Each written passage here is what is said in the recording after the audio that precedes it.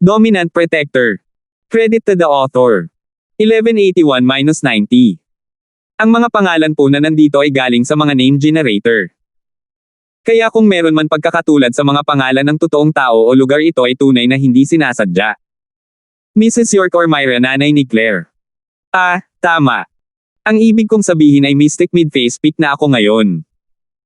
Tumalon si Daryl, naaalalang nasa mid-face na siya. Muntik na siyang ma-expose. Ganun ba? Congratulations. Anong uri ng propesyon si Amara? Siyempre, masasabi niyang nagsisinungaling si Daryl, malamang na ipinagmalaki ng lalaki na siya ay mystic mid-face na noong early face peak pa lang siya, at ngayon ay natapon niya ang beans ng hindi sinasadya. Haha, medyo veterano na ako sa mga bagay tulad ng pag-level up at lahat ng iyon. Amara, balita ko talentado ka dito, pati na rin hindi ka pa kasing galing sa akin, pero napakalakas mo na. Pagmamalaki ni Daryl. Ngunit kung gusto mong malaman ang tungkol sa mga sikreto sa likod ng pag-level up, maaari kitang ituro. Makakalusot ka rin sa ilalim ng aking gabay. Oh, mahinang tugon ni Amara. Siyempre, hindi niya gugustuhin ang random breaking through method na ito ang pambubugbog. Hindi niya gusto iyon. Tingnan kung paano siya tinulungan ni Terence. Ito ay walang stress at nakaka-relax, nakakalusot ng walang sakit. Oh, hindi ka ba interesadong lumakas, Amara? Huminto si Daryl, hindi inaasahan ang ganoong kababang reaksyon ng enerhiya kahit na binanggit ang mga salitang level up. Hindi dapat ganon. Naisip ni Daryl na ang karamihan sa mga tao ay magiging labis na nasasabik at interesado kapag narinig nilang may sikreto tungkol sa pag-level up, kaya hindi naintindihan ni Daryl. Ngunit hindi niya alam na si Amara ay mayroon ng paraan para mag-level up nang walang ginagawa, at iyon ay sa pamamagitan ni Terence. Sa tulong ng isang makapangyarihang tao tulad ni Terence, bakit kailangan niya itong random na sikreto mula kay Daryl? Mayroon pa akong overtime na trabaho bukas, at malamang na hindi ako makakarating. Ang saya mo. Mahinang sabi ni Amara. Kaso papasok lang. Kailangan kong manatili. Ah, yan. Nawala nang masabi si Daryl. Wala naman siyang masasabi, hindi naman niya pwedeng sabihin sa kanya na tanggalin ang trabaho niya bukas, di ba? May iba pa ba? Tanong ni Amara. Hindi. Wala. Walang magawang sabi ni Daryl. Kung ganoon, ibababa ko na ang tawag. Binaba kaagad ni Amara ang tawag at nakahinga ng maluwag. Hindi niya alam kung bakit, pero ang marinig lang ang boses ng lalaki ay naiinis na siya. Sino yun? Mukhang hindi ka masyadong masaya. Tumingin si Julian kay Amara ng kakaiba. Daryl ni House York. Hindi ko alam kung paano, pero parang gusto ni Lolo na pakasalan ako sa House York. Hindi itinago ni Amara ang kanyang pagkadismaya. Ano? Daryl. Natigilan si Julian habang nakatingin kay Amara. Sinasabi mo na ang matandang lalaki mong si Song ay kasal na kay House York. Paano ito nangyari? Paano ko malalaman? Pinaikit ni Amara ang kanyang mga mata nang walang magawa. Hindi ba, palagi kong sinasabi na gusto ko ang isang lalaki na mas malakas kaysa sa akin. Pagkatapos ay ginamit iyon ni Lolo at kahit papaano ay natagpuan niya si Daryl, na mas malakas kaysa sa akin, at pagkatapos ay nagkaroon ng isang engagement. Hindi ko akalain na si Daryl ay dadating lamang at kumakatok sa aking pintuan. Pero hindi mo ba gusto si Terence? Pupunta ka ba? With Daryl? Tanong ni Julian. Siyempre, hindi ko gusto si Daryl. Umiling si Amara. Ngunit hindi nakikinig ang lolo ko sa sinasabi ko, kaya kailangan ko munang harapin ito sa ngayon at sana ay umatras si Daryl. I see. Kung oo, kakausapin ko siya, kung makita ko siya, hayaan siyang sumuko sa kanyang sarili. Alam ni Julian na ang isang kanseladong kasal sa pagitan ng mga marangal na bahay ay maaaring mangyari lamang kung pareho ang lalaki at babae na hindi ito gusto. Naisip ni Julian noon na maaari siyang makipag-usap sa kanya, lalaki sa lalaki, siya mismo ang sumuko, pagkatapos ng lahat. Julian bro, mas maganda kung wala ka. Wala akong magandang impression sa kanya. Sa tingin ko, hindi siya mabuting tao. Malamang sumuko siya pagkatapos ng ilang beses na bumangga sa pader. Alam ni Amara kung ano ang ugali ni Julian, at kung mag-aaway silang dalawa, hindi ito magiging magandang tanawin. Huwag kang mag-alala. Mag-iingat ako. Sabi ni Julian. Sige, paano ito? Hanapin mo siya kung hindi pa rin siya sumuko pagkatapos ng ilang sandali. Walang pagpipilian si Amara. Sige kung pagkatapos ng ilang sandali, sinusubukan pa rin niya, kakausapin ko siya. Tumango si Julian. Ang gamot sa pinsala ni Miracle Dr. Larkins ay naisakatuparan na ngayon sa isang malaking sukat sa merkado. Gamit ang mga business channel ng Houselane at Fatty Boy. Ang mga benta ay tumataas ng mataas, at pagkatapos ng patunay na sila ay nagtrabaho, ang mga benta ay lalo pang tumaas. Masyadong mabilis ang pagbebenta ng mga ito, at kailangan niyang tiyakin na mabilis ang paggawa ng supply. Kung hindi, sila ay ganap na mabenta. Kung hindi matugunan ng kanilang supply ang demand, magkakaroon ng negatibong emosyon sa mga mamimili. Para maiwasang mangyari iyon, sinubukan ni Fatty Boy ang lahat ng kanyang mga tauhan at binigyan sila ng overtime para tumaas ang production rate. Tila kailangan muna nilang pigilin ang bagong produkto. Kailangan niyang unahin ang gamot sa pinsala. Hindi na magkakaroon ng anumang mga linya ng produksyon na magagamit para sa mga bagong pangpawala ng sakit na gusto nilang ilabas. Ang mundo ay nauuhaw na sa kanilang gamot sa pinsala. Ito ay hindi isang bagay na inaasahan niya, at hindi niya inaasahan ang bahagi ng internet dito ang mga tao sa buong bansa ay naghahanap upang bumili ng ilang gamot para sa pinsala, kumpara sa mga unang plano ng pagpapalaya ni Fatty Boy sa mga kalapit na estado lamang. Alam ng lahat ang tungkol sa gamot sa pinsala ni Miracle Dr. Larkins. Ang tanging magagawa niya ngayon ay muling tumaas ang produksyon at upang matugunan ang pangangailangan. 1182. Sa pagtingin sa kumpanya ni Miracle Dr. Larkins na patuloy na nakakatugon sa napakalaking demand nito, ang mga kangs ay nalugi. Di ba sabi ko sa inyo, kontrolin nyo ang mga channel ng ingredient sa market. Anong nangyayari dito, saan kumukuha ng napakaraming sangkap ang kumpanya ng gamot ni Miracle Dr. Larkins? Sabi ni Miracle Dr. Kang habang nakatingin sa dyaryo at TV, itinapon ang tasa ng tsaa sa sahig habang galit na galit kay Gilier, sabihin mo sa akin. Ano ang kahulugan nito? Hindi ba ikaw ang may hawak nito? Tay, nabili ko talaga lahat ng sangkap sa palengke, kahit na mas mababa ang kalidad. Dapat wala na sa palengke. Mapait na sabi ni Gilier. Maliban na lang kung nagsimula na silang bumili ng malalaking padala nito ilang taon na ang nakakaraan. Kung hindi, wala silang mahahanap. Ilang taon na ang nakalipas. Paano ito posible? Sa tingin mo ba ay gagawin nila ang kanilang gamot ilang taon na ang nakalipas at maghihintay ng ganoon katagal upang mailagay ang mga ito sa merkado? Sa tingin mo posible iyon? Nagalit si Miracle Dr. Kang. Ayoko, pero iyon lang ang paliwanag. Walang magawang sabi ni Gilier. Nagtanong na ako sa lahat ng supplier, wala na silang ingredients, nag-offer pa nga ako ng mataas na presyo, wala pa rin, so ibig sabihin walang laman. Walang mga sangkap. Kaya't saan kinukuha ni Miracle Dr. Larkins ang lahat ng kanyang sangkap para makagawa ng napakaraming mga gamot sa pinsala? Mas marami pa ang mga ito kaysa sa kung ano ang mayroon tayo, at sa presyong iyon, hindi na natin kayang gawin ang mga pangunahing gastos. Himala Dr. M. Baka sinadya nilang matalo para talunin tayo.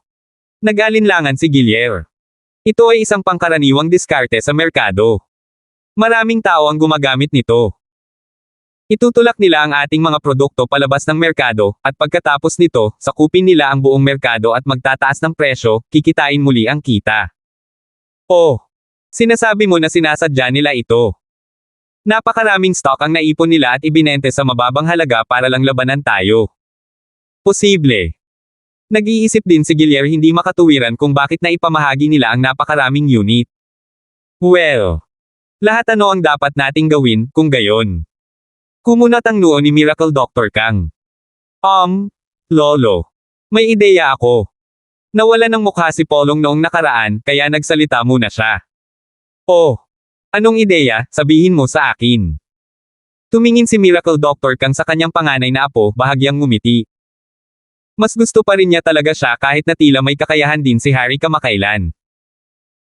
Bueno, sa palagay ko ay dahil ang kumpanya ni Miracle Dr. Larkins ay nalulugi at nagpapababa ng presyo ng kanilang mga unit, maaari pa rin tayong manatiling pareho at hindi ayusin ang ating mga presyo. Sa halip, bibili tayo ng maraming dami ng kanilang gamot sa pinsala. Sabi ni Polong. Dahil hindi man lang tayo gagawa ng batayang gastos, bibili na lang tayo ng marami sa kanilang mga produkto at maghihintay hanggang sa hindi na nila ito masustain. Pagkatapos ay i-repack natin ang kanilang gamot at ibebenta ito bilang sarili nating gamot sa normal nating presyo. Makatuwiran iyon. Tumango si Miracle Doctor Kang, iniisip na ito ay lubos na magagawa. Ngunit tumingin siya kay Harry, iniisip kung mayroon din siyang matalinong ideya. Si Harry ay naging kapaki-pakinabang kamakailan. Harry, ano sa tingin mo? Ano ang dapat nating gawin? Lolo, hindi ako sang-ayon sa mga punto ni Kuya. Si Harry ay hindi general noong una, at siya ay sinuwerte kamakailan, himalang nakakuha ng merito.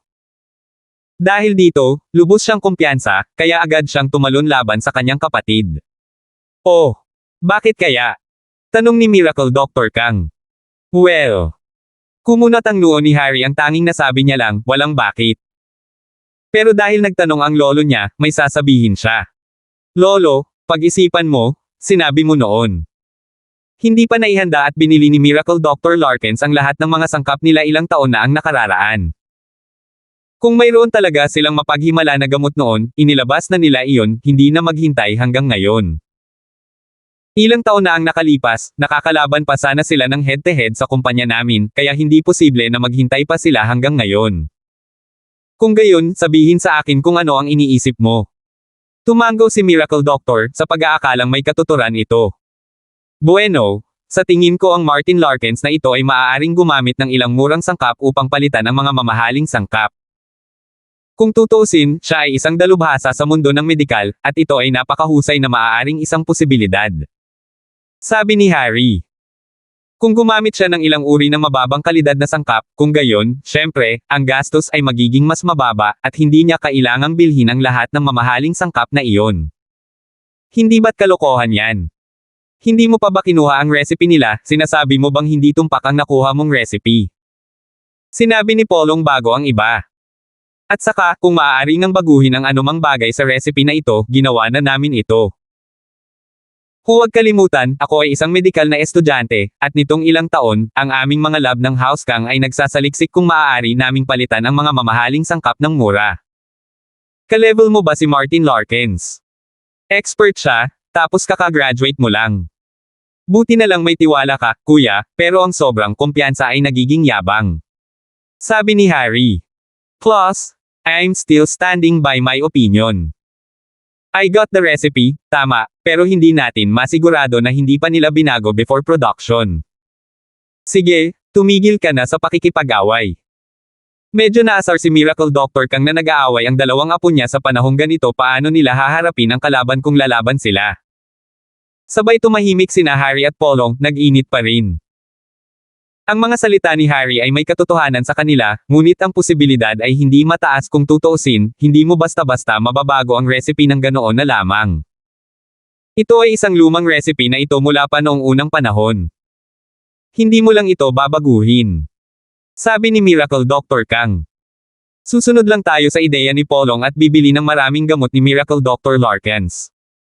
Salamat po, Lolo. Masayang sabi ni Polong. Nangangahulugan ito na suportado ni Miracle Dr. Kang ang kanyang ideya. Nangangahulugan ito na nanalo siya sa round na ito. 1183. Huwag kang masyadong masiyahan sa iyong sarili. Kung hindi dahil sa kinansela natin ang kasal ni House Turner, si House Kang ay lilipad na ng mataas. Ikaw ang hindi sumang-ayon sa pananaw ng iyong nakababatang kapatid noong nakaraan. May mga pagkakataon si Harry kung saan siya ay tama, at kailangan mong matuto mula sa kanya. Hindi napigilan ni Miracle Dr. Kang na pag-alitan siya nang makita niya ang masayang tingin na iyon. Oo. Lolo, naiintindihan ko. Natigilan si Polong habang maingat na nagsasalita. Lolo, pinaninindigan ko pa rin ang sinabi ko. Hindi alam ni Harry kung saan nanggagaling ang katapangan na ito, ngunit sinabi niya ito, at ngayon ay hindi na siya maaaring umatras, kahit na ito ay mali. Bagamat akala niya ay napakaswerte niya, kamakailan lamang ay naging maayos ang lahat ng kanyang ginawa, at palagi siyang nahulaan ng tama. Nakapagdesisyon na si Lolo, tama na, Harry, alam kong mabuti ang ibig mong sabihin, ngunit sa ngayon, ang mahalaga ay ang mga benepisyo ng pamilya A. Mukhang pala kaibigan si Polong, ngunit kitang-kita ang mapanuksong tono, sinisikap niyang sabihin na ang pananaw ni Harry ay sisire sa mga benepisyo ng pamilya A. Sige, tandaan mo ang sinabi ko noong natalo tayo, kayo ang hindi nakinig. Nahihiya ngayon si Harry, kaya binitawan niya ang kanyang huling salita bago lumabas ng pinto. Napabuntong hininga si Miracle Doctor habang pinagmamasdan ang pag-alis ng kanyang pangalawang apo na tila komplikado. May potential ba itong apo niya? Sa bawat oras na siya ay nagsasalita, ang mga salita ay parang katawa-tawa ngunit sa bawat oras na sila ay tumatama sa marka. Nagkataon lang ba, o may nakita siyang hindi nila nakita? Ngunit, ang hakbang na ginagawa nila sa pagkakataong ito ay hindi magiging sanhi ng labis na pagkawala sa kanila kahit na nagpatuloy si Miracle Dr. Larkins sa presyong ito, ang house kang ay hindi makikinabang o mapalampas ang anuman. Sayang lang yung effort nila, yun lang. Dahil doon, kumalma si Miracle Dr. Kang. Ang Leon ay nasa House Charlton, bilang isang tagasunod, at si Harleen ay hindi nasiyahan. Malaki ang ginastos niya para mabili ang sinanay na Leon na ito, at ngayon kinuha ito ng mga Charlton sa kanya. Naiinis siya habang iniisip iyon, kaya kinabukasan, pumunta siya sa Charlton House para kunin ang kanyang Leon. Bagamat wala siyang ideya kung paano. Wala silang ibibigay sa kanya at papagalitin siya kung aakyat lang siya sa pinto, lalo na kung si Yasi Girl ang nagbukas ng pinto. Tumingin siya sa labas sa bakuran, nakita ang Leon na nakasquat doon nang hindi gumagalaw kahit isang pulgada. Nadaman niya na ito na ang pagkakataong panghabang buhay. Wala si Wilson, at wala si Yasi, ang Leon lang. Leon, Leon, aking matamis na Leon, uwi na tayo. Nakangiting naglakad si Harleen. Itinaas ng Leon ang tamad nitong talukap, tumingin sa kanya, at ibinaba muli ang mga ito, na para bang wala siya roon, na parang kahit na tumugon ay hindi na kailangan. Ungol. Mahinang umungol si Harleen nang makita niyang hindi siya pinapansin ng Leon. Naisip niya na dahil lalaki ang Leon na ito, baka interesado siya sa babaeng Leon. Ngunit, hindi man lang nag-react ang Leon. Hindi man lang ito tumingin sa kanya. Akala niya ay hindi siya narinig nito, kaya mas naging malakas siya. Ungol. Uungol. Hindi siya pinansin ng Leon. Nagpapanik siya. Ungol. Uungol. Uungol. Uungol. Sa pagkakataong ito, hindi tumugon ang Leon, ngunit lumabas si Yasi. Naisip niya na ang Leon ay umuungal at nagiging lingga sa labas, kaya't siya ay lumapit kay Wilson upang parusahan ito ngunit hindi ito ang Leon, ito ay si Harleen. Oh! Nalilitong tumingin sa kanya si Yasi. Matanda, ngayong wala ka ng Leon, nagpapanggap ka na. Naasar at napahiya si Harleen. Bakit siya magpapanggap bilang isang Leon, sinusubukan niyang bawiin siya, ngunit hindi man lang siya nilinggan nito. Bakit ko gagawin iyon? Nandito ako para ibalik ang aking Leon. Huli Emph. O sige, gawin mo ang gusto mo, casual na sabi ni Yasi at naglakad pabalik, naiwan doon si Harleen, nakatayo lang doon. Maya-maya, tinapakan niya ang lupa at galit na umalis. Nagsalita siya ng malaki, ngunit paano niya kakaladkarin o yayakapin ang Leon na ito palayo kung hindi ito gumalaw. Naisip ito ni Harleen, at may lumitaw na ideya na gustong-gusto ang karne, at ang isang ito ay gustong-gusto ang sariwa mula sa supermarket. Sa pag-iisip na iyon, mabilis siyang umuwi, sumakay sa kanyang kotse, at pumunta sa palengke para bumili ng malaking piraso ng karne ng baka para bumalik sa House Charlton. Bumalik na ako, Leon. Lion, binili ko ang paborito mong baka, samahan mo akong umuwi. Sabi ni Harleen habang winawagayway ang laman. Ang Leon ay tumingin sa kanya sa oras na ito siya ay umungal ng kaunti at bumangon. Tuwang-tuwa si Harleen, isa itong hayop, at dumating ito sa sinumang may pagkain. Siyempre, gusto niyang bumalik sa kanya kung may pagkain siya. Leon, bumalik ka sa akin, at magkakaroon ng karne sa buong araw, magkakaroon ka ng malaking bilog na tiyan. Masayang sabi ni Harleen. Lumapit lang sa kanya ang Leon at kinagat ang karne sa kamay niya, kasama ang plastic bag. Binitawan niya ang kamay niya, nag-aalala na baka makagat siya. At ngayon ang Leon ay may karne. Munting Leon, binigay ko sa iyo ang karne ng baka, samahan mo akong umuwi. Mabilis na sabi ni Harleen. Ngunit tumalikod ang Leon at ipinakita sa kanya ang kanyang asno bago mabilis na tumakbo sa bahay ng Charlton. Pumunta ito sa harap ng pinto, nakapelang sa pinto. Maya-maya, binuksan ni Yasi ang pinto. Ibinigay ng Leon kay Yasi ang bag ng karne ng baka, at nakita ni Yasi na ito ay isang bag na puno ng sariwang karne. Siya ay lubos na nasiyahan. Munting Leon, saan mo nakuha ang lahat ng karneng ito? Nag-iisip lang kami kung ano ang kakainin ngayong gabi, at ngayon ay mayroon na kaming carry ng karne ng baka. Lumingon ang Leon at nagpahiwatig sa direksyon ni Harleen gamit ang kanyang ulo. 1184. Salamat, matandang babae. Pinapahalagahan namin ang pagbili mo para sa amin. Kumaway si Yasi kay Harleen na pula ang mukha. Damn it. Naasar si Harleen, ngunit wala siyang magagawa. Kinuha ni Yasi ang karne at naglakad pabalik sa loob. Shield bro, binigyan tayo ni Harleen ng karne ng baka. Maaari mo bang tingnan kung ayos lang? Hindi lumabas si Terence, ngunit nakita niya ang nangyari sa labas. Kinuha niya ang bag at pinagmasdan ito, medyo inamoy-amoy at dinilaan pa ito ng isang beses, ayos lang, sariwa pa. Gagamitin ko ito para sa hapunan para sa inyo. Oo, ang matandang babae ay talagang mabait. Pinalakpakan ni Yasi ang kanyang mga kamay. Ngunit ang isang ito ay medyo masyadong malaki, hindi natin ito matatapos gupitin ang kalahati nito para sa leon na iyon. Sabi ni Terence. Okay. Masayang pumunta si Yasi sa kusina at pinutol ang isang malaking tipak nito bago naglakad pabalik sa pinto, itinapon ito sa leon. Munting leon, ito ang iyong gantimpala. Magandang trabaho.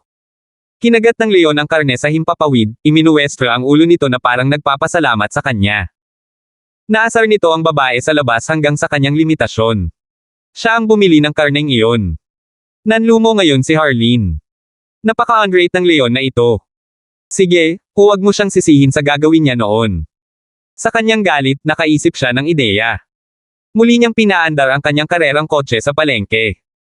Sa pagkakataong ito, bumili siya ng isang malaking piraso ng karne ng baboy ngunit hindi kaagad umalis, pumunta sa botika at bumili ng laxative. Nakakita siya ng random spot at pinulbos ang laxative at hinahalo ito sa karne hanggang sa hindi na ito makita. Ngumiti siya ng masama at bumalik. Inilabas niya ang karne, at sa sandaling nakabalik siya sa villa ng Charlton, at nagpanggap na tulad ng dati habang siya ay tumawag. Little Lion, I came back for you. This is your favorite pork, come home with me, okay. Kasabay nito, iwinagayway niya ang karne at ganoon din ang ginawa ng leon sa pagkuha nito at lumakad papunta sa harap ng pintuan, pinagpapawisan ito. Maya-maya ay lumabas si Yasi at medyo natarante nang makita ang bag sa bibig ng leon. Tulalo ba itong si Harleen? Bakit niya ginagawa ulit, na-addict ba siya sa paglalaro o masama ang memorya niya? Ngunit hindi siya umimik, kinuha ang bag at tumingin kay Harleen. Salamat ulit, matandang babae. Masarap na baboy. Wey aya. Di man it. Nagkunwaring asar si Harleen. Ibinalik ito ni Yasi sa sala na kainahinala. Shield bro, bakit dinalhan na naman tayo ni Harleen ng pagkain? May mali ba? Hayaan mo akong suriin. Inamoy ito ni Terence at ginamit ang isang daliri upang panasan ito, inilagay ito sa kanyang bibig. Laxatives. Galit na sabi ni Yasi. Alam ko na hindi siya magiging mabait, binibigyan kami ng isang malaking piraso ng baboy pagkatapos syempre, hindi. General Wilson, halika rito. Ikinaway ni Terence ang kanyang kamay. Si Wilson, natural, ay lumapit sa kanya ngayong ipinatawag siya ng kanyang amo. Dalhin mo ito sa kusina ni Harleen. Huwag mong hayaang may makakita sa iyo. Bumalik ka pagkatapos itanim doon. Utos ni Terence. Woof, woof. 2 beses tumahol si Wilson at kinuha ang bag mula sa kanyang mga kamay, umalis. Hinawakan ni Yasi ang kanyang tummy at tumawa ng malakas. Wow. Shield bro, you're so evil. Iniisip ko pa kung paano ko parusahan ang matandang iyon. Hahaha. Pupunta silang lahat sa banyo ngayong gabi. Iyan ang dinala ni Harleen sa kanilang sarili. Walang pakialam si Terence. Wala siyang ginawa. Hindi ito ang kanyang laxatives. Wala itong kinalaman sa kanila. Natuwa si Harleen na hindi pa lumalabas si Yasi nangangahulugan ito na kinuha nila ang baboy. Lahat sila ay gagamit ng banyo ngayong gabi. May kapistahan ngayong gabi sa House Turner. Iyon ang unang gabi ng kasambahay. Pagkaalis ni Miss York, kumuha si Harleen ng isang all-time housekeeper na namamahala sa pagluluto at paglilinis. Ito ang kanyang unang araw, at natural, gumawa siya ng maraming pagkain upang makuha ang kanilang pag-aproba. Si Harleen ay lubos na nasiyahan habang tinitingnan niya ang lahat ng mga ulam. Ang kasambahay na ito ay medyo magaling. Iingatan niya muna siya ngayon. Si House Turner, kasama ang 2 pitsmaster, ay umupo sa mesa at nagsimulang maghukay. Masarap ang pagkain, at nag-enjoy sila, lalo na kay Harleen, na natuwa lang pagkatapos ng ginawa niya kay House Charlton. May red braised meat at ilang lutong bahay na pagkain para kay House Turner, na nagkaroon ng napakaraming high-class na pagkain dati, ang lutong bahay na pagkain ang pinakamasarap. Si Harleen ay kumain ng marami, at pakiramdam niya ay busog na busog siya. Ngunit ang problema ay lumitaw sa ibang pagkakataon. Una, sina Turner Winston at Turner Wang daw nagsimulang tumunog ang kanilang mga tiyan. Binata ang dalawa, at mas marami silang kinain, kaya sila ang unang nag-react.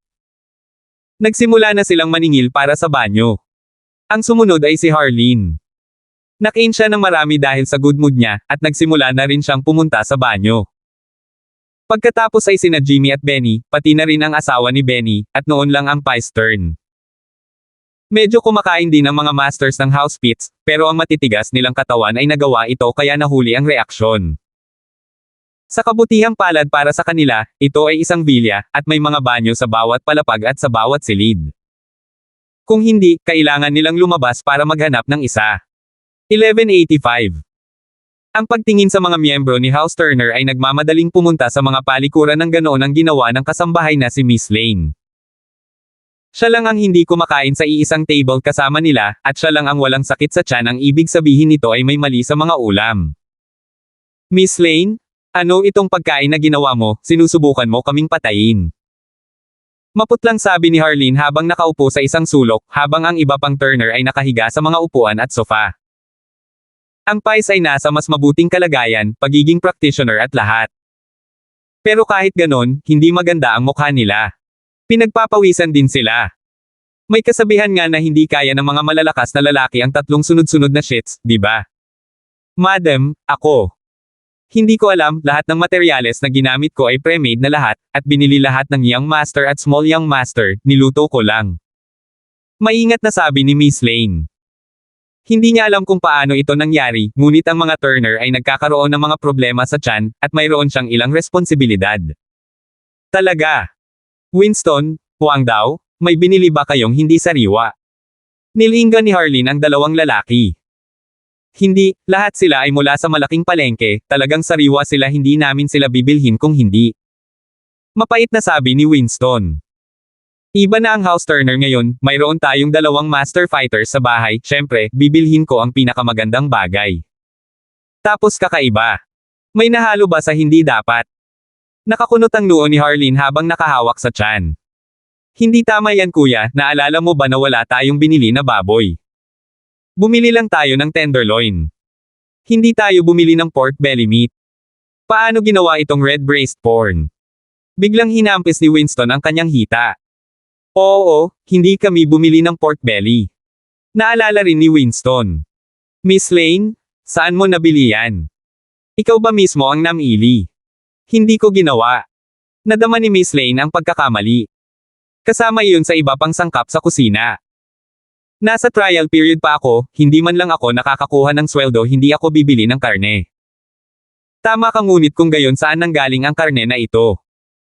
Naramdaman ni Benny na hindi siya nagsisinungaling, ang kanyang anak at ang anak ng kanyang nakatatandang kapatid ay hindi pa rin sana magsasama sa pagsisinungaling.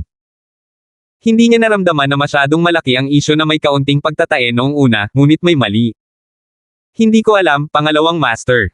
Sabi ni Miss Lane. Tama, marami pang natitira sa baboy na iyan, nasa kusina, baka maaari mong suriin.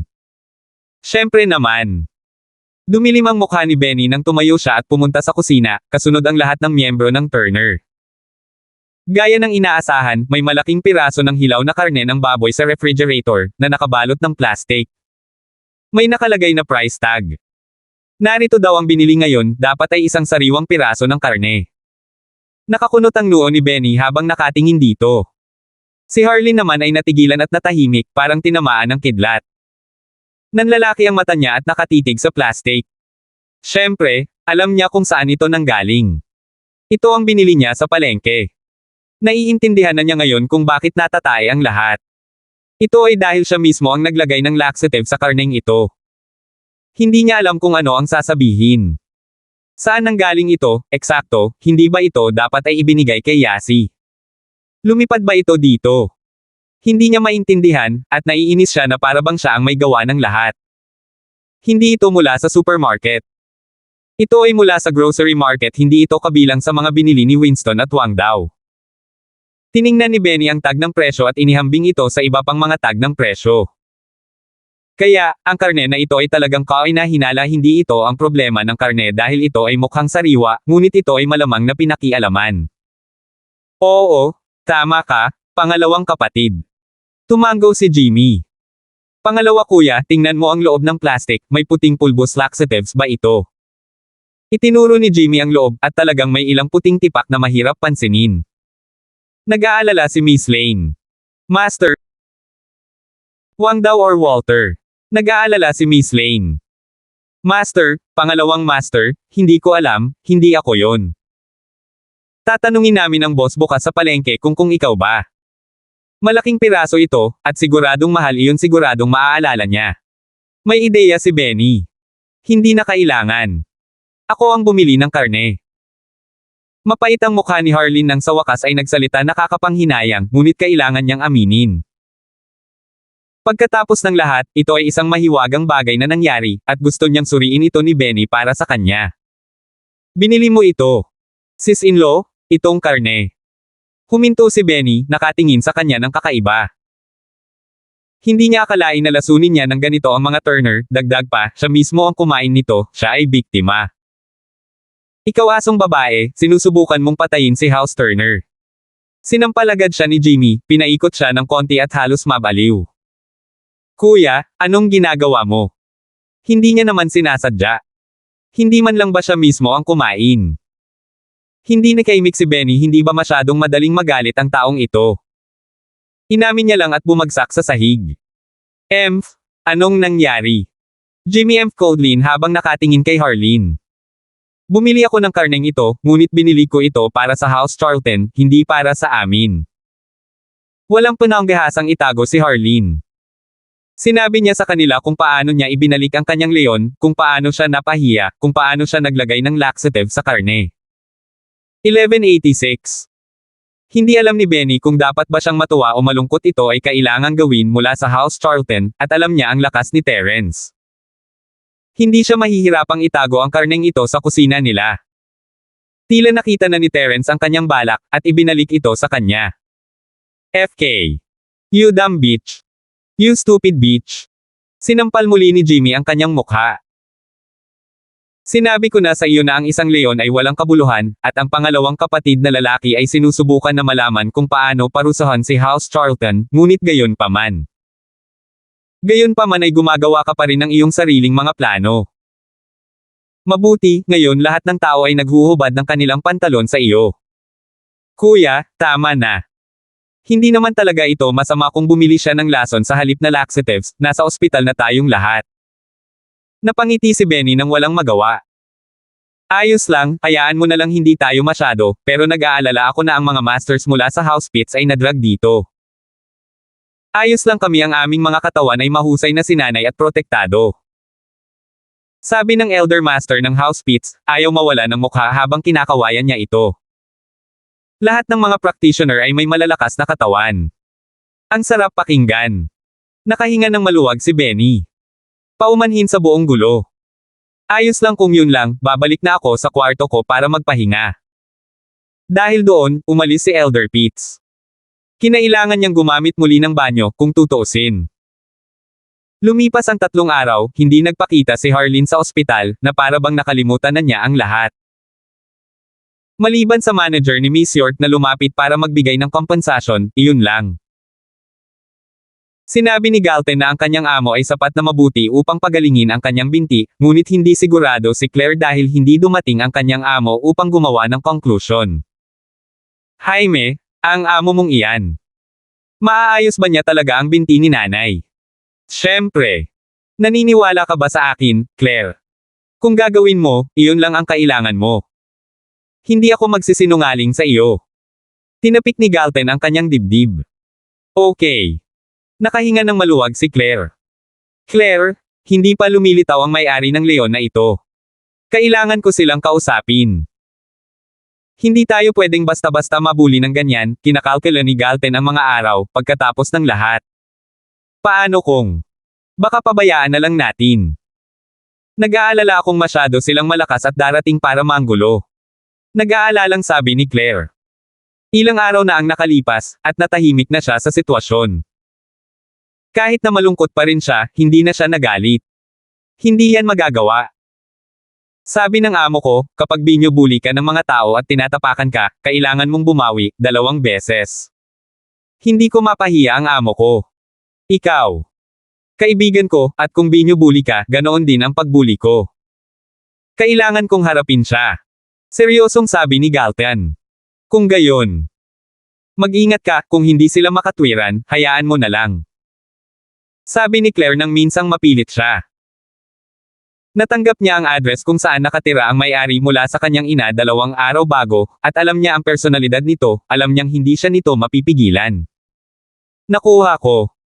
Pupuntahan ko sila ngayon kung hindi sila makatwiran, pagkatapos ay babarilan ko ang leon. Sabi ni Galten at umalis ng malapad na hakbang. Napabuntong hininga siya habang pinagmamasdan itong umalis, iniisip kung dapat ba siyang matuwa o malungkot. Mas ligtas na ang pakiramdam nila ngayong kasama na nila si Galten, ngunit sa kanyang kawalang ingat at pananalita tungkol sa pagpatay ng mga tao dito at doon, talagang sumakit ang ulo niya. Matalino na si Galten sa pagkakataong ito, may dala siyang mapa upang maiwasang maligaw.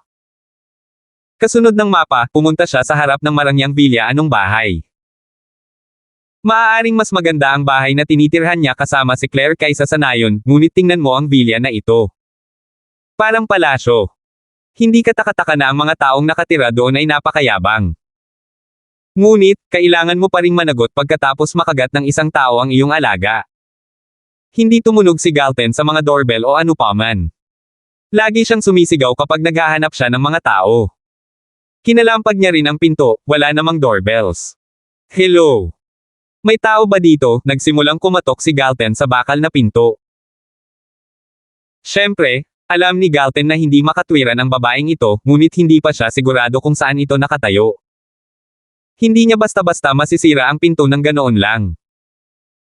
Lumakas ang boses niya sa buong bahay, at narinig ito ng lahat ng shouts ng malakas at malinaw. May tao ba dito? Hello? May tao ba dito? Nagpatuloy si Galten sa paghampas. Sa wakas ay bumukas ang pinto, at lumabas si Jimmy. Sino yan? Sumisigaw sa harap ng house turner. Ayaw mo nang mabuhay. Ako ito. Sabi ni Galten habang nakaturo. Nasaan si Harleen? Sabihin sa kanya na puntahan ako. Harleen. Dumilim ang mukha ni Jimmy habang sinusukat siya. Sino ka? Anong gusto mo sa asawa ko? Oh. Siya ba ang iyong matandang asawa? Mabuti, sabihin sa kanya na lumabas. Alam ni Galten na siya ay nasa tamang lugar. Sino ang tinatawag mong matandang asawa? Lumabas si Harleen kasama si Jimmy, at nagalit siya nang marinig ang salitang matanda ito na ang pangalawang beses na tinawag siyang ganyan. Nandito ka para manggulo, di ba, brat? Hindi alam ni Harleen na ganito pala ang tawag mo sa mga tao pabalik sa nayon. Ang pagtawag sa mga tao ng isang matandang lalaki o isang matandang babae na medyo mataas sa bilang ng edad ay normal. Pero sa pandinig niya, parang insulto iyon. Siyempre, ayaw niyang tinatawag siya ng ganyan. 1187. Ikaw si Harleen. Ikaw ang hinahanap ko. Tinuro ni Galten ang bakal na pinto. Buksan mo, papasukin mo ako. Buksan mo. Nandito ka para manggulo, di ba? Hindi mo ba nakikita kung nasaan ka, hindi ito lugar para mag-flip out ka? How dare you scream here? Gusto mo bang mamatay? Natural na hindi siya tinuring ni Harleen bilang banta. Kaya ikaw ay hindi makatwiran. Hindi lamang ang iyong leon ay nakagat ng isang tao, ngunit tila hindi ka pa rin naaawa. Alam ni Harleen na hindi niya pinagsisisihan ang nangyari. Leon. Nandito ka para sa kasambahay na iyon. Nagdilim ang mukha ni Harleen, naiintindihan kung bakit siya dumating. Pagkatapos ng lahat, ang kanyang leon ay nakasugat lamang ng isang tao noon. I'm not here to make trouble. I'm just here to talk about it. May nakagat ang leon mo, at hindi ka man lang hihingi ng tawad. May konsensya ka ba? Itinuro ni Galten. Scram! Hindi ka welcome dito. Si Harleen ay galit na galit sa leon, at ngayon ay narito si Galten upang manggulo. Ang maalala lang ang nangyari sa kanyang leon ay asar na sa kanya. Well, scram. Akala ni Benny ay malaking bagay ito, ngunit tila, isang kasambahay lang ang nakagat. Di ba nagbayad na tayo ng compensation? Ano, kulang pa. Hindi ito tungkol sa pera. Ito ay tungkol sa iyong saloobin. Kailangan mong tugunan ito. Hindi inisip ni Galten na lahat ng tao sa bahay ay hindi makatwiran. Huwag mo nang ipilit, Brat Scrum ngayon, at hahayaan natin ito, o huwag mo akong sisihin sa susunod na mangyayari. Malamig na tumikim si Jimmy. Tingnan mo kung nasaan ka. Hindi ito lugar para sa iyo. Mukhang hindi makatwiran ang buong family name mo. Ayaw nang mag-aksaya ng oras ni Galten sa pakikipag-usap sa mga taong ito.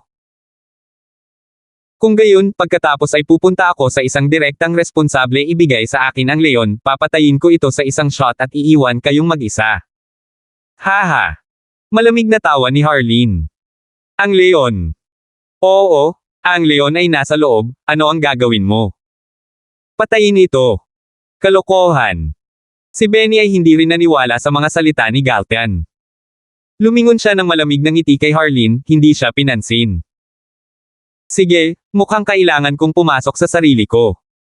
Ginamit ni Galten ang kanyang kamay at hinaila ang bakal na pinto na parang gawa sa putik. Naglakad siya papasok na parang wala lang ang dalawa. Natigilan sina Jimmy at huli akala nila ay kamag-anak lang ito ng housekeeper, kaya syempre wala silang pakialam pero isa pala siyang practitioner. Ang bakal na pintong iyon ay nakabaluktot na parang putik para sa kanila. Natural na alam ng dalawa kung gaano kalakas ang mga practitioner. Hindi sila ignorante sa mundo. Nagpanik si Jimmy noon. Bilisan mo, dalhin mo rito ang mga master ng house beats. Hindi nag-aksaya ng oras si Harleen, mabilis siyang natisod sa hagdan. Elder Pitts, Master Pai, may umaatake kay House Turner. Mangyaring tulungan kami. Nagmumuni-muni at nagsasanay lang ang dalawang Pitts nang marinig ang tawag, nakasimangot. Maaaring ang Shouse ay nagkaroon ng ilang uri ng gulo. Pagkatapos ng lahat,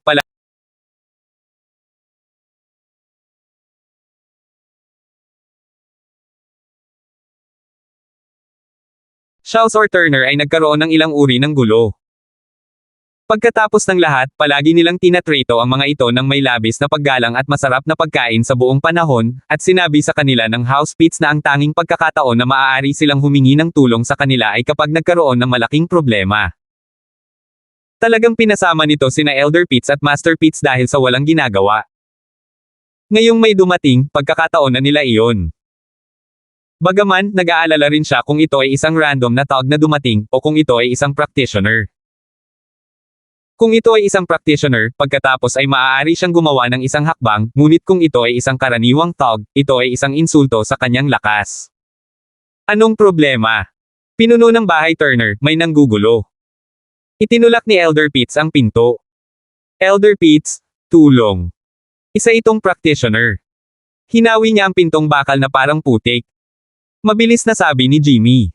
Oh. Hinawi ang bakal na pinto. Kumunat ang noo ni Elder Pitts. Alam niya kung gaano kakapal ang pinto, at kailangang maging isang practitioner para magawa iyon kahit isang golden class early phase. Siya ba ay isang spiritual practitioner o pisikal?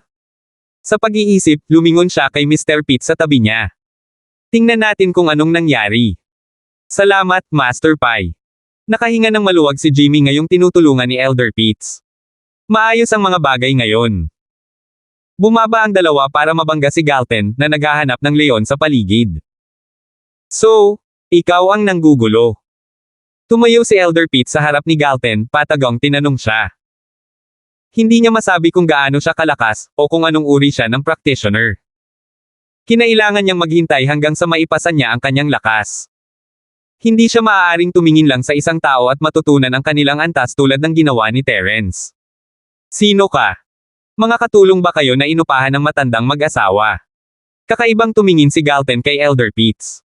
Bakit napakawalang kwenta nila, kumukuha ng matandang lalaki? Umalis ka. Hinahanap ko ang leon. Ang lakas ng loob mong hindi igalang si Elder Pitts. Nagalit ang binata sa tabi ni Elder Pitts. Ito ay si Elder Pitts, isang taong may katayuan kahit sa House Pitts. Siya ang kanyang nakatatanda, at kaya ang kawalang galang ni Galten ay talagang ikinagalit niya. Nagpadala siya ng isang sampal sa mukha niya. Sa nakikita nila, hindi dapat masyadong malakas ang lalaking ito, malamang golden class lang. Ang pakikitungo sa isang tulad nito ay dapat na madali dahil siya ay isang mestiko at lahat. 1188. Ngunit, ang hindi niya inaasahan ay tila wala man lang pakialam sa kanya si Galten. Hinawakan lang niya ang braso ni Mr. Pitts at itinulak ito palayo, dahilan para makalipad siya mula sa ikatlong palapag at bumasag sa marble table. Agad siyang nawalan ng malay, na nagtamo ng maraming pinsala. Si Mr. Pitts ay isang maagang yugto ng mestiko, napakalakas niya. Hindi siya masasaktan sa 5 palapag na patak, pati 3 palapag. Isa rin siyang physical practitioner, kaya hindi siya masasaktan nito. Ngunit ngayon, nakilala niya ang kanyang kalaban. Ang una ay dahil minamaliit niya ang kanyang kalaban, at hindi siya alerto. Huli na para sa kanya na mag-react nang lumipad na siya pababa, at kahit na nagawa niya iyon, napakalakas ni Galten. Bumagsak siya sa marble table na may ilang natitirang lakas ni Galten, kaya syempre mahihimatay siya. Natigilan din si Elder Pitts. Hindi niya akalain na magagawa niyang i-fling si Mr. Pitts ng ganoon. Oo, minamaliit niya ang kalaban, ngunit ang Galten na ito ay malinaw na hindi simpleng tao. Ang pinakamahalagang bagay dito ay ang pag-atake ni Galten sa loob ng napakabilis na pagitan, at hindi nagkaroon ng pagkakataon si Elder Pitts na makita kung anong antas ng lakas niya. Nanghinayang siya sa hindi niya pagpansin, pero mas ikinagalit niya. Pinahiya niya ang sarili sa harap ng isang tagasunod. Anak, saan ka galing? Ano ang pinunta mo? Nagpa siya si Elder Pitts na tanungin kung sino ang pangkat ng taong ito. Matanda, pumunta ako dito para sa leon, hindi para manggulo. Yung lalaking yon, sinaktan niya ako. Una, kaya ko siya pinalayas. Si Galten ay isang makatuwirang tao, ibigay mo sa akin ang leon. Papatayin ko ito sa isang putok at aalis. Anak, hindi mo talaga alam kung sino ang kinakaharap mo. How dare you make such request? Nagalit si Elder Pitts na hindi siya iginagalang. Mabuti, napakagaling. Matapang ka. Hindi maraming nang ahas na mabaliw sa harapan ko ng ganyan. Pagbabayaran kita sa iyong kawalang galang. Nagngangalit si Elder Pitts sa puntong ito. Walang plano si Galten na bigyan siya ng anumang mukha o paggalang. Siya ay isang taong may status sa House Pitts. Malapit na siyang pumasok sa Earth Class. Sino siya sa akala ng brat na ito? Hindi alam ni Galten kung saan ito nanggaling. Hindi ko nga alam kung sino ka, matanda. Gusto mo bang tumayo para sa leon o ano? Kung hindi, umalis ka na, ayaw kitang bugbugin. Wayayaya. Ako si Stephen Pitts. Nagalit si Elder Pitts. Ano ang sinasabi ng lalaking ito? Isa siyang mahalagang tao, kahit sa nakatagong House Pitts. Kailan pa siya nakatanggap ng ganitong kahihiyan? Itinapon niya kaagad ang kanyang malaking pangalan. Kailangan niyang ipakita ang lalaking ito na boss. Ha! Tumigil si Galten. Nangati ang balat mo. Medyo magulo ang utak ni Galten, kaya ito ang dahilan kung bakit ang matandang ito ay sumusulpot. Ito ay dahil siya ay nangangati sa gulo. Si Galten ay isang praktikal na tao, ngunit nadama niya na siya ay nasa isang mahirap na posisyon. Pinipigilan siya ng matandang ito na hanapin ang kanyang leon dahil nangangati siya dito. Hindi ba ibig sabihin ng pangangati nito ay gusto mong mabugbog? Ngunit wala siyang dahilan para labanan siya. Ayaw niya talagang bugbugin siya. Ngunit pagkatapos, kung hindi niya siya pinaalis, hindi siya hahayaan ng matandang ito na hanapin ang leon. At kaya walang pagpipilian si Galten. Nangati ang balat mo. Oo, ako si Stephen. Inakala ni Elder Pitts na narinig na ni Galten ang kanyang tanyag na pangalan noon, batay sa kanyang nababagabag na ekspresyon. Kaya talagang malakas ang pangalan niya sa karaniwang mundo. Alam ng lahat ng mga practitioner na ito ang tungkol sa kanya.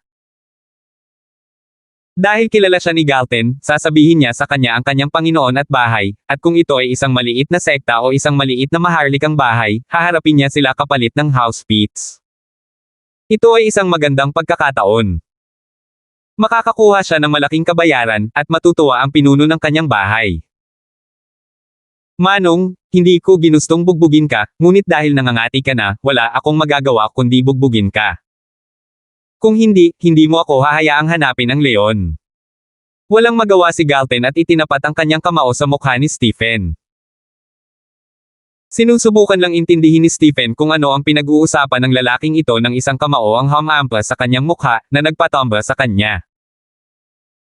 Isa siyang Mystic Late Phase Peak, mayroon siyang napakalakas na panlaban, at hindi gagana sa kanya ang mga normal na pag-atake maliban kung ito ay isang taong mas malakas. Ngunit si Galten ay isang espesyal na kaso, pinalo niya ang dalawa pang kamao at ibinaba siya. Ako si Stephen. Iyan ang pangalan ko. Sa wakas ay napagtanto ni Stephen ang nangyayari, akala ng batang ito ay nangangati ang kanyang balat. Mabilis siyang tumawag upang magpaliwanag habang nakatuon ang kanyang pansin sa pagtatanggol sa kanyang mahahalagang bahagi ng katawan. Sobrang sakit. Habang nakaramdam siya ng kahihiyan at galit, nagulat din siya, alam niya kung gaano siya kalakas, at isang taong kahit man lang Mystic Mid-Phase ang makakatalo sa kanya ng ganito. Ganoon ba talaga kalakas ang batang ito? Ngunit sa sumunod na sandali ay lalo siyang nabigla, isang malakas na kaluskos ang tumunog, at sumakit ang kanyang kanang binti. Nabali ang kanang paa ni Galten. Nagagawa niya iyon kahit na binabantayan niya ito. Mas malakas ba ang taong ito kaysa sa mid-phase na Mystic? Gaano siya kalakas? Sa pag-iisip, naramdaman ni Stephen na siya ay talagang lubhang kapos-palad. Ano ang ginawa niya upang marapat na makilala ang gayong halimaw na practitioner? 1189. I'm sorry. Hindi ko napigilan ang aking lakas. Paghingi ng paumanhin ni Galten, masama ang pakiramdam matapos niyang mabali ang kanyang binti. Sinubukan ko ng mag-ingat para hindi kita mapatay, pero hindi ko akalain na ganito pala karupok ang binti mo. Nabali ko ng hindi sinasadya. Ano? Hindi maintindihan ni Stephen kung ano ang nangyayari, ito ay nagpipigil. Sinubukan ba niyang huwag siyang patayin? Ibig sabihin ba nito ay mas malakas pa ang lalaki kaysa sa nakikita niya ngayon? Isang pitik lang ng daliri niya para mapatay siya. Anong ikinagalit ng mga Turner na ito? Ang lalaking ito ay isang halimaw. Hindi mahalaga sa ngayon kung nagpipigil siya o nagyayabang. Ang katotohanan ay mas malakas siya kaysa Stephen. Kung tutuusin, kung si Stephen mismo ang lalaban sa parehong level fighter, wala siyang garantiya na sasaktan siya kung nakatuon siya sa depensa. Magtatalo ang dalawa. Kaya't si Stephen ay natigilan sa kaibuturan, ng lugar na ito ay puno ng nagtatagong mga dragon at tigre. Dumating lang itong random na bata at binugbog siya. Ayos lang, Mystic Late Phase Peak ka diba? Sabi ng boss ko, may self-healing ability ang level of practitioner na ito, kaya kung hihiga ka ng ilang araw, ayos lang. Naaliw si Galten. Huwag kang mag-alala. Pero hindi mo ako masisisi. Pumunta ako dito para maghanap ng leon, pero lumapit ka at sinabi mong nangangati ka, pinipilit akong bugbugin ka. Man, ang mundo ay medyo kawili-wili. Si Stephen ay hindi na nagkaroon ng oras na magluwa ng dugo habang siya ay nahimite, hindi pa siya napahiya ng ganito sa buong buhay niya, ngunit ano ang magagawa niya? Mas mahina siya kaysa kay Galten. Nagulat at natigilan sina Jimmy at huli, ano ba itong lalaking ito? Kahit na ang isang Mystic, Late Phase Peak, ay hindi nakayanan, maaari ba siyang maging isang klase ng Earth? Nanghina kaagad ang mga paa ni Jimmy. Kakalakas lang ni House Turner, at ngayon ay pumasok ang halimaw na ito para manggulo. Si Jimmy ay nagngangalit at nagpapanik habang nagpadala siya ng sampal kay Harleen. You dumb bitch. Tingnan mo kung ano ang ginawa mo, Leon, tingnan mo ngayon. Tingnan mo ang ginawa mo. Kinagat ng Moldite na Leon na iyon ang isang taong hindi dapat. Laking gulat at nanginginig si Harleen, hindi man lang nag-react sa sampal na payuko lang siya at tinakpan ang mukha, parang wala sa sarili. Isa itong kasambahay. Ano ang ginagawa ng kasambahay na ito kasama ang isang lalaki na nagawang talunin ang Mystic Late Phase Peaks? Bakit siya naging kasambahay? Ipahingi lang sa taong ito ang mga maharlikang bahay ng pera sa proteksyon, lahat sila ay magbabayad. Kahit si House York ay igagalang siya. Mahusay, ang kasambahay na ito ay nagpa siya na maging isang kasambahay, at ngayon siya ay nasa malalim na tae. Mr. Warrior. Maawa ka. Magkano pera ang gusto mo, ibibigay namin sa iyo, hayaan mo na lang kami. Si Jimmy ay isang tipikal na uri ng tao. Siya ay sumuko sa malakas, at narito ang isang taong naging kahulugan ng malakas kahit na ang Hidden House Pitmasters ay hindi makalaban sa kanya. Siyempre, magsisimula siyang mamalamos. Oo, kasalanan ko. Ito ang gusto mo, tama. Pananagutan ko. Hihingi ako ng tawad para sa aking leon. Dahil doon, nagsimulang sampilan ni Harleen ang sarili ng malakas. Hindi ba dapat ay ginawa mo iyon ng mas maaga sa halip na sayangin ang aking oras? Naisip ni Galten na tama ang kanyang amo sa harap ng tunay na kapangyarihan, ang masasamang tao ay mga joker lang. Emph. Nasaan ang leon? Ilabas ang leon, papatayin ko ito sa isang suntok, at iyon na. Ako.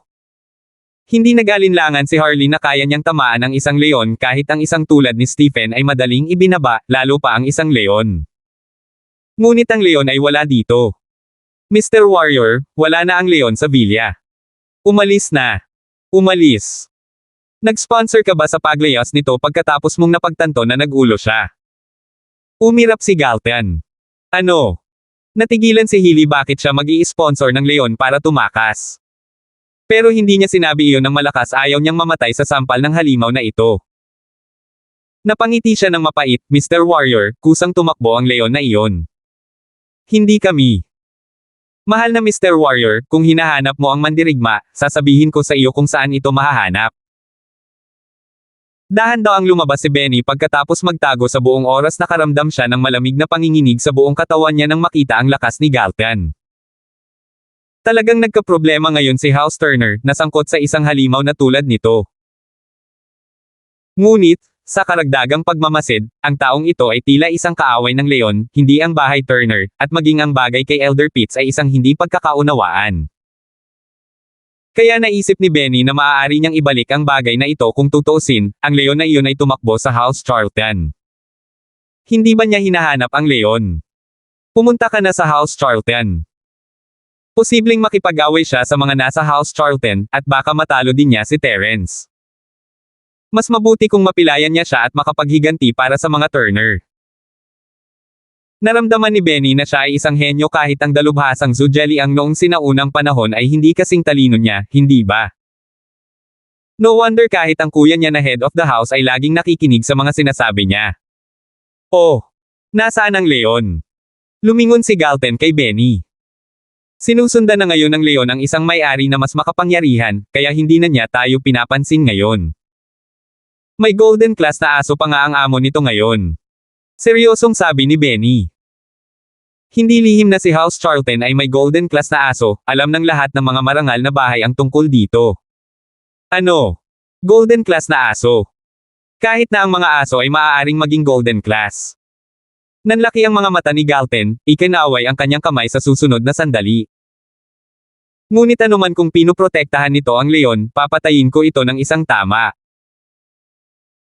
Nagkatinginan sina Jimmy at Harleen. Si Benny talaga ay isang henyo, ginamit ang halimaw na ito para ibalik siya sa House Charlton, sa halip na pabayaan lang siyang umalis.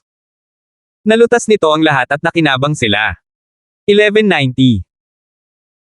Dati, palaging iniisip ni Harleen na kahit na ang kanyang lalaki ang pinuno ng bahay, palagi niyang pinag-uusapan si Benny anuman ang isyu sino ang pinuno ng bahay sa puntong iyon. Ngunit ngayon, talagang hinangaan niya ang mga kakayahan ni Benny mula sa kaibuturan ng kanyang puso, magaling siya. Oo, makapangyarihan talaga ang may-ari ng bahay na iyon, kailangan mong mag-ingat, Mr. Warrior. Napaka-protective niya. Kahit na siya, kailangan niyang harapin ang bagay na ito. Galit na galit si Galten. Papatayin ko sila ng kamao kapag nakikialam sila. Kung gayon, talagang nabigyan mo ng hustisya ang mga tao. Ngumiti si Benny. Ang pamilyang iyon ay gumagala sa mga lansangan na parang isang malupit, nakikigulo sa lahat-lahat ay magpapasalamat sa iyo kung matalo mo sila hanggang mamatay. Sabihin mo sa akin ang address. Pupuntahan ko sila ngayon. Si Galten ay hindi tanga, ngunit siya ay isang tapat at prangka na uri, na naniniwala sa sinabi ni Benny sa kanya sa halaga. Hindi sana siya na-scam pabalik sa istasyon ng tren kung hindi. Let's go, Mr. Warrior. Ituturo ko sa iyo ang daan. Gumawa ng magalang na after you, gesture si Benny sa pintuan. Lumabas si Galten at naglakad sa direksyon na itinuro ni Benny, hanggang sa House Charlton. Ang mga miyembro ng House Turner, sa kabilang banda, ay tumawa ng malakas habang pinapanood siyang umalis. Kuya, ang galing mo talaga. Hinayaan mo ang isang taong ganoon kalakas na pumunta sa House Charlton para sa gulo, kahit si Terence ay hindi niya kayang takasan. Binigyan siya ni Jimmy ng thumbs up ng pag-aproba. Siyempre, hindi siya magiging. Ngumiti si Benny. Mas mabuti kung magkaaway sila, at kung papatayin niya si Terence, kung gayon ang susunod nating hakbang ay lumunin ang kumpanya ni Pablo. Mas gusto pa rin niya ang negosyo ng Pablo, hindi niya ito nakuha noong nakaraan, at hindi niya ito nagawang bitawan. Gusto nilang lumakas sa suporta ng House Pitts pagdating nila, ngunit hindi pa rin sila nakahanap ng pagkakataong mag-flex sa House Charlton. Kasama si Galton sa larawan, gayunpaman, si Terence ay nasa kritikal na kondisyon man lang, kung hindi patay. Brilliant, kapatid. Tumango si Jimmy. Tama, ang dalawang Pittsmaster. Halos nakalimutan ko, kuya. Kailangan natin silang dalhin sa ospital. Kapag may nangyari sa kanila, tayo na. Mabilis na lumingon si Benny sa dalawang pay. Maaaring hindi sila kasing lakas ni Galton, ngunit higit pa sila sa sapat para sa iba pang marangal na bahay.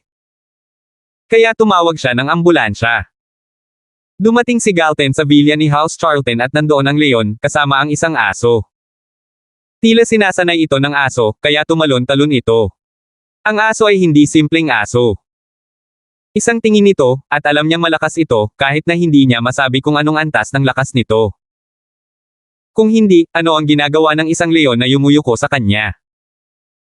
Alam ni Galton ang tungkol sa kalikasan ng mga hayop noong panahon niya sa gubat, kung tutuusin. Ngunit, medyo malayo sa leon at sa aso ay may dalawang magagandang babae, ang isa ay matangkad at ang isa ay may mahusay na endaw, na parehong inaasikaso ang aso upang sabihin sa kanya na sanayin ang leon. Namula si Galton nang makita niya itong dalawang magagandang babae, bakit lalong gumaganda ang mga babaeng nakita niya. Iniwas niya ang kanyang mga mata pagkatapos ng isang tingin tinuruan siya ng kanyang ama na huwag masyadong tumingin. Sinabi sa kanya ng kanyang ama sa lahat ng oras noong siya ay maliit na hindi siya makakakuha ng masyadong magandang babae bilang kanyang asawa. Kilala rin ni Galton ang kanyang sarili, maaaring malakas siya, ngunit hindi siya gwapo, hindi rin matikas, hindi rin matalino. Ang pagkakaroon ng Claire ay napakaswerte na para sa kanya. Hindi siya naglakas loob na maghangad ng mga babaeng masyadong maganda. Ngunit medyo curious si Galton, hindi ba nila sinabi na ito ay isang pamilya ng masasamang tao? Paano naging masamang tao ang isang napakaganda? Kung tutuusin, mukhang si Harleen ang tipo ng bratty housewife na maliit at mura, cute at maganda ang dalawang ito, hindi man lang masama tingnan. Pagtingin sa lock ng pinto ng bakuran, kinatok ito ni Galton. Ayaw niya talagang maging bayolente sa kanila, kahit alam niyang ang magandang mukha ay hindi ibig sabihin ng magandang puso. Hindi ba't ngayon lang niya nakilala ang isang medyo sinungaling sa istasyon ng tren? Ngunit nagpasya pa rin siyang gumamit muna ng dahilan. Sino ang hinahanap mo? Sinasanay ni Yasi ang leon ng makarinig siya ng katok. Isang lalaking nakasuot ng simpleng damit ang nakatayo sa labas. Hinahanap ko ang leon na ito. Kinagat ng leon ang ina ng aking kaibigan, at narito ako upang pag-usapan ito. Kung bibigyan mo ako ng leon, pagkatapos ay pakakawalan ko ang mga bagay. Hindi kaagad kumilos si Galton, alam niyang medyo komplikado ito, pagkatapos ng lahat, at kahit narito ang leon, kinagat niya ang biktima sa Turner House. Wala itong kinalaman sa mga babae. Leon! Kinagat mo ang nanay ng kaibigan mo. Hindi pwede iyon, hindi na ito umalis sa bahay namin pagkatapos pumunta dito, nagkamali ka ba? Hindi alam ni Yasi kung saan ito nanggagaling. Ang leon ay kay Harleen, tama ba? Ang nanay ng kaibigan ko ay kasambahay niya noon, at siya ay nakagat ng leon. Well, kung siya ay nakagat sa bahay ni Harleen, hanapin mo si Harleen para pag-usapan ito, bakit ka naririto para makipagkulitin sa leon? Hayop ito. Kung hindi dahil sa masamang may-ari, hindi nito kakagatin ang ina ng kaibigan mo. Nakita ni Yasi na medyo tanga si Galton, at ayaw niyang mag-aksaya ng oras sa pagpapaliwanag sa kanya. Humingi na siya ng tawad at nagbayad ng kabayaran. Ngayon ay ang leon na ang natitira. Ibigay mo sa akin, at papatayin ko ito ng isang hampas. Sabi ni Galton. Pakiramdam niya ay may katuturan ang mga sinabi ni Yasi, ngunit ginawa ng leon ang krimen. Ang leon na ito ay nagbukas ng bagong dahon, at dagdag pa, ngayong nasa bahay ko na siya na ang leon ko, paano ko malalaman ang tungkol sa nakaraan niya? Hanapin mo ang matandang babae na si Harleen. Patayin mo siya sa isang hampas. Kumunat ang noo ni Yasi, naiinip. Salamat po at sinamahan ninyo ako, ingat lagi mga master.